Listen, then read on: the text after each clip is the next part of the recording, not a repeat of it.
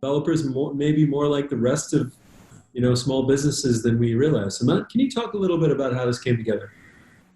Yeah, so the situation is that developers who in Los Angeles, as in a lot of other big cities, have a lot of power in terms of shuttling projects through City Hall, in terms of getting banks, lawyers, architects to answer their phone calls. We had a situation where one of the top developers here, Chris Rising, who's redeveloped a lot of property in the historic LA downtown core, he was complaining on Twitter that he couldn't even get someone at Wells Fargo to answer his call, to even pick up the phone. And so it was very relatable because it was the type of situation that anyone could go through in terms of one of the largest financial lenders not taking their call. And so it turned out with the situation with Rising and with a couple of other developers, Bill Shopoff being one of them, that the big banks were just telling them for Paycheck Protection Program loans, don't go to us, we have bigger fish to fry, go to a smaller lender. And so that kind of set in motion this whole story about how developers right now are really kind of being shut out of the coronavirus recovery effort, in the sense that like developers, it's a pretty local focused business in which developers, it's all about building relationships. It's all about networking. It's all about lunches and meeting with planning officials in Los Angeles City Hall. And so when everything is being done remotely and everything is focused on Washington and the federal government, the sort of local nature of the developer economy is just kind of in a situation where it's kind of just being pushed to the side. They tend to have a lot of power in their, so have absolute power in their neighborhood, which they're active in. Right. And it kind of goes on city level. They have a lot of clout, sometimes at the state level. But then, just as you said, real estate, even though it's a big, big business in terms of dollars, in terms of employer, how many construction projects and how many people are employed, at the end of the day, it is a very local business. And they're finding that they're just like any average Joe, essentially, when they're calling these banks and dealing with them. And this PPP program, that's part of the $2 trillion stimulus package, right? The CARES Act, that's one of the big programs that's coming out of that. So what are they doing then? I mean, are they in dire straits at this point? Construction projects, some of them have been allowed to continue as long as precautions are taken. Mm-hmm. But what are developers, how are they keeping busy at this point? Yeah, I mean, in terms of the PPP loans, some of them were able to access a loan for their corporate employees. Some of them were not. Obviously, Congress passed a new round of funding yesterday for PPP, so maybe some of the developers shut out initially will get a loan in the second round. In terms of them being in dire straits, they're not exactly in dire straits. Construction can still go on, as you point out, so they're able to make renovations on existing projects.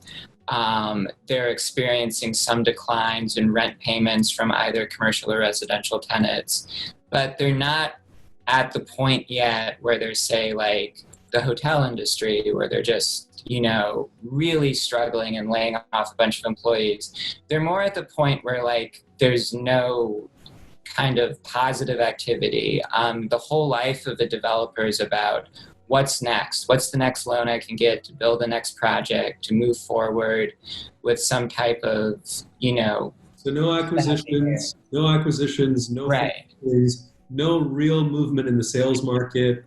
No new leases really being signed. People are kind of staying put where they are. That's it's stagnation, right? I think is the... Yeah, exactly. Stagnation. There's nothing to get excited about. A couple of the folks I talked with were like, well, initially we thought it might be a buyer's market, that sellers might panic because of the pandemic, but instead sellers just kind of have cold feet. And yeah, like you said, there's really very little acquisition potential that I've learned about in LA. Mm-hmm.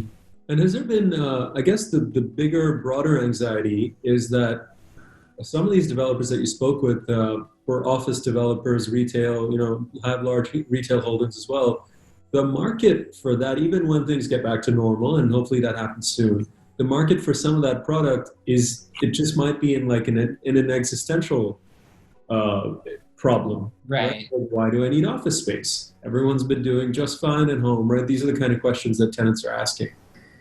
Yeah, and so developers are finding themselves in sort of a vulnerable position. I mean, most of the developers, hold on to the properties they develop. They become just landlords. And so there's a situation now where, because of what you described, plus a maze of local and state government laws that are providing, suspension of having to pay rent, developers are in a situation where they're having to individually negotiate with tenants as to whether to pay rent going forward. And as you point out, a lot of the commercial tenants are either A, in such dire straits that they can't pay rent, or B, in a situation where they're looking at the fact that their business was still functioning in the past month, working remotely, and that maybe this is no longer an essential cost for office space. And so, LA is already a pretty fragmented market, and it's creating a situation where what kind of,